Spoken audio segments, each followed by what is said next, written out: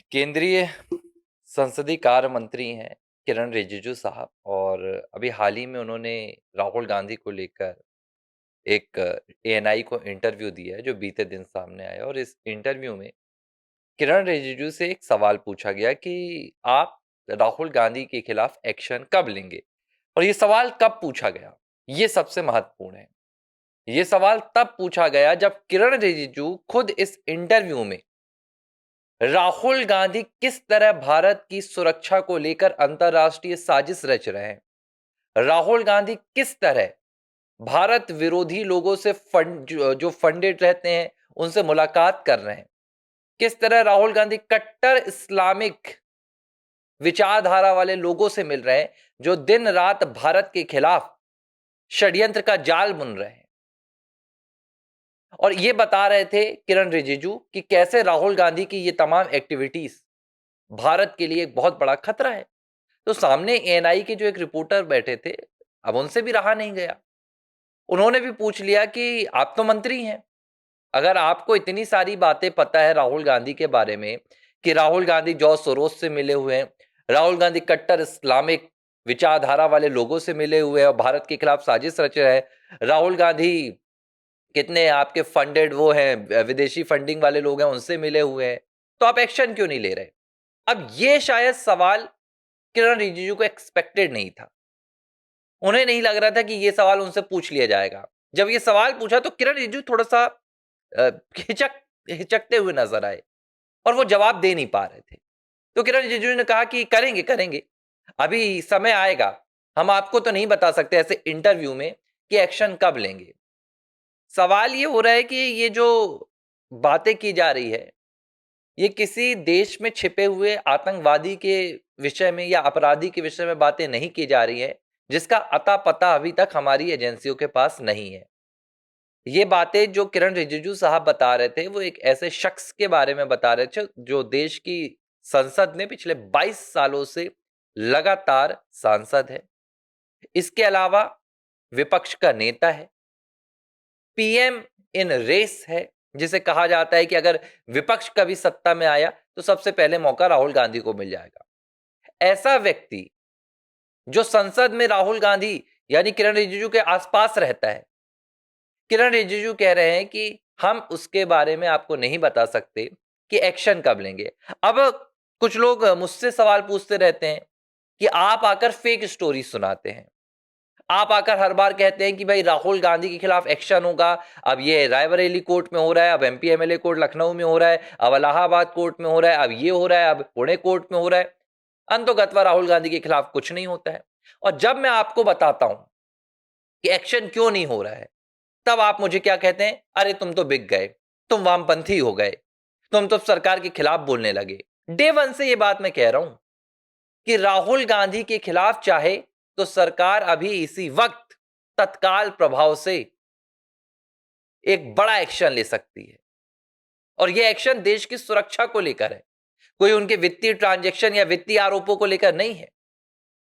लेकिन बार बार राहुल गांधी के मामले में सरकार कहीं ना कहीं अपने कदम पीछे खींच ली थी। मैं आपको मोबाइल पर वो ऑडियो जरूर सुनाऊंगा, वीडियो तो मैं नहीं दिखा सकता, वीडियो मैं लगा दूंगा इस वीडियो के डिस्क्रिप्शन में अपने, तो आप लोग जाकर उस वीडियो को सुनिएगा, क्योंकि बाद में आकर आरोप मुझे झेलने पड़ेंगे।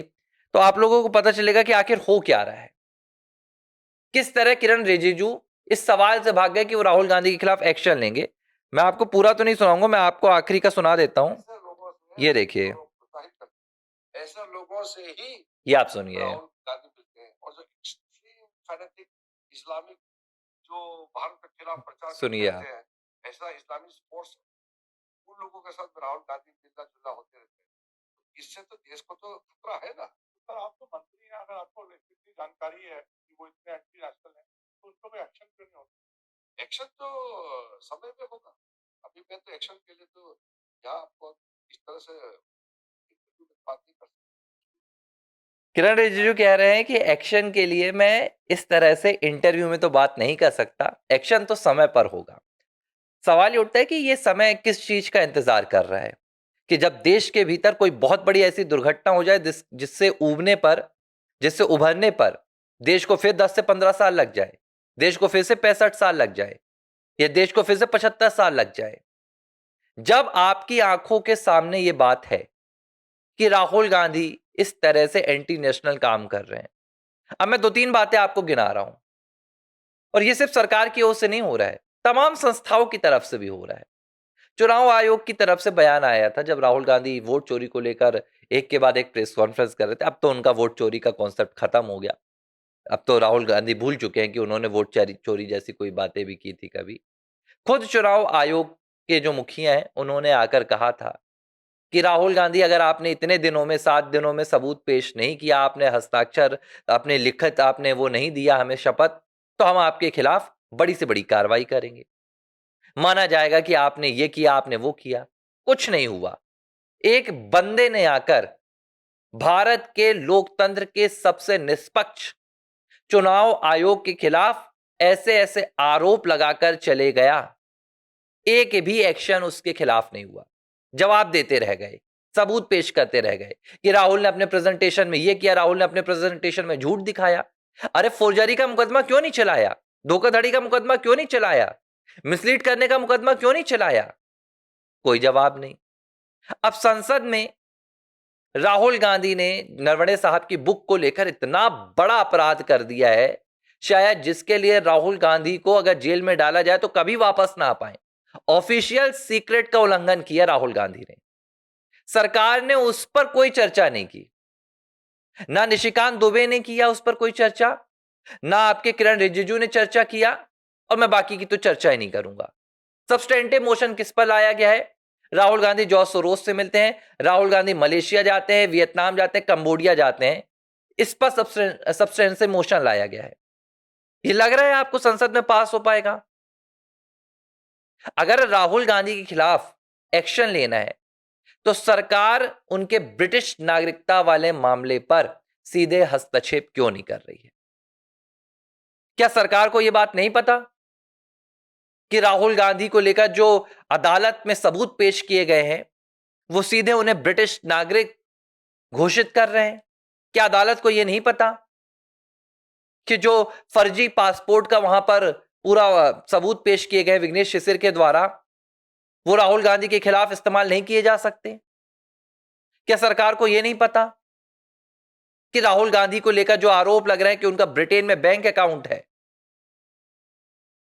क्या राहुल गांधी को लेकर जो यूनिवर्सिटी में उनका नाम राहुल विंची है उसे लेकर सरकार को कुछ नहीं पता? सब पता है। सब पता है तो एक्शन क्यों नहीं हो रहा है? और संसद में जिस मामले को उठाया जाना था, जिस मामले पर मोशन लाया जाना था, उसे क्यों नहीं चुना गया? नरवणे साहब वाला मामला क्यों अछूता रह गया और निशिकांत दुबे को जिम्मेदारी दे दी गई कि अब आप एक ऐसे जो कांटा होता कांटा लेकर बस राहुल को ऐसे पिंच करते रहिए ताकि उनको हल्का हल्का दर्द होता रहे बस।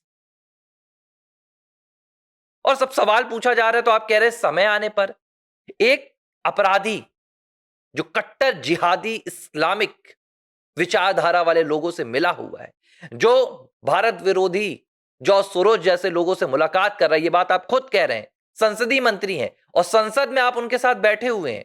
संसद जैसी जगह जो भारत के लोकतंत्र का मंदिर है, वहां पर वो व्यक्ति फिलहाल बैठा हुआ है, रक्षा समितियों का सदस्य है वो व्यक्ति, और आप कह रहे हैं कि समय आने पर एक्शन लिया जाएगा। सवाल उठ रहा है कि यह समय कौन तय करेगा? यह समय कब आएगा और किस बात का इंतजार किया जा रहा है? ये तमाम बातें राजनीतिक हैं। सीधी सी बात है, सरकार को राहुल गांधी की मौजूदगी जो राजनीतिक फायदा हो रहा है वो भर भर के दे रही है। कैसे फायदा मिल रहा है? राहुल गांधी वो नेता ही नहीं है। राहुल गांधी तो एक विरासत में मिल गई उसको नेतागिरी, वो चला रहा है। वो सामने आकर भाजपा के खड़ा हो जाता है, भारतीय जनता पार्टी को मेहनत नहीं करनी पड़ती है, चुनाव अपने आप जीत जाती है। वो आकर छठी मैया को गरिया देता है, वो आकर मां बहनों को गरिया देता है, जनता का गुस्सा आता है, जनता भर भर के भाजपा को वोट देती है, कांग्रेस का पूरा नामो निशान मिट जाता है। तो भाजपा को उतनी चुनावी मेहनत नहीं करनी पड़ती है जितनी किसी परिपक्व और अच्छे नेता के खिलाफ करनी पड़ सकती थी। अब अगर इनको जेल में डाल दिया जाएगा तो वहां कोई दूसरा नेता खड़ा हो जाएगा, भाई उसके खिलाफ मेहनत करनी पड़ जाएगी। लेकिन अच्छा है, भाजपा को तो जीतना है, अच्छा काम कर रही है सरकार, लेकिन जब तक ये व्यक्ति बाहर है तब तक तो ये अपना काम कर रहा है, देश को लड़वाने का काम कर रहा है, देश की सुरक्षा से खिलवाड़ कर रहा है, संसदीय गरिमाओं को भंग कर रहा है। इसे लेकर सरकार क्या जिम्मेदार नहीं है? कोई जवाब नहीं है सरकार के पास। और किरण रिजिजू से मैं ये नहीं कहूंगा, मुझे पता है किरण रिजिजू के पास राहुल गांधी के खिलाफ एक्शन लेने का पावर नहीं है, क्योंकि राहुल गांधी के खिलाफ सीधे तौर पर अगर कोई एक्शन ले सकता है तो वो दो ही हैं पूरी भारतीय जनता पार्टी में फिलहाल। एक है प्रधानमंत्री नरेंद्र मोदी और दूसरे हैं गृह मंत्री अमित शाह। इन दो नेताओं की ही पूरी चलेगी, इनके अलावा तीसरा कोई ऐसा व्यक्ति नहीं है जो राहुल गांधी के खिलाफ सीधे एक्शन ले ले। अब किरण रिजिजू का तो मुझे, अब आज देखें, ये मुझे दो तरफा बातें ना बिल्कुल रास नहीं आती है, और राजनीति में मुझे इन बातों से नफरत है। कुछ दिन पहले यही किरण रिजिजू राहुल गांधी से बाहर रुककर पूछ रहे थे कि राहुल आप इतने फिट कैसे रहते हैं, फिटनेस का अपना राज बताइए। और फिर इसका वीडियो भी आया था, संसद में इस पर चर्चा भी राहुल ने की थी। मतलब ये कैसी बातें हैं, ये कैसा, मतलब मुझे समझ में नहीं आ रहा।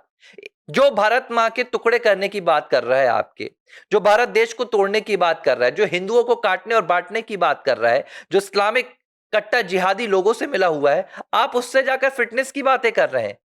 ये कौन सा दोगलापन है भाई?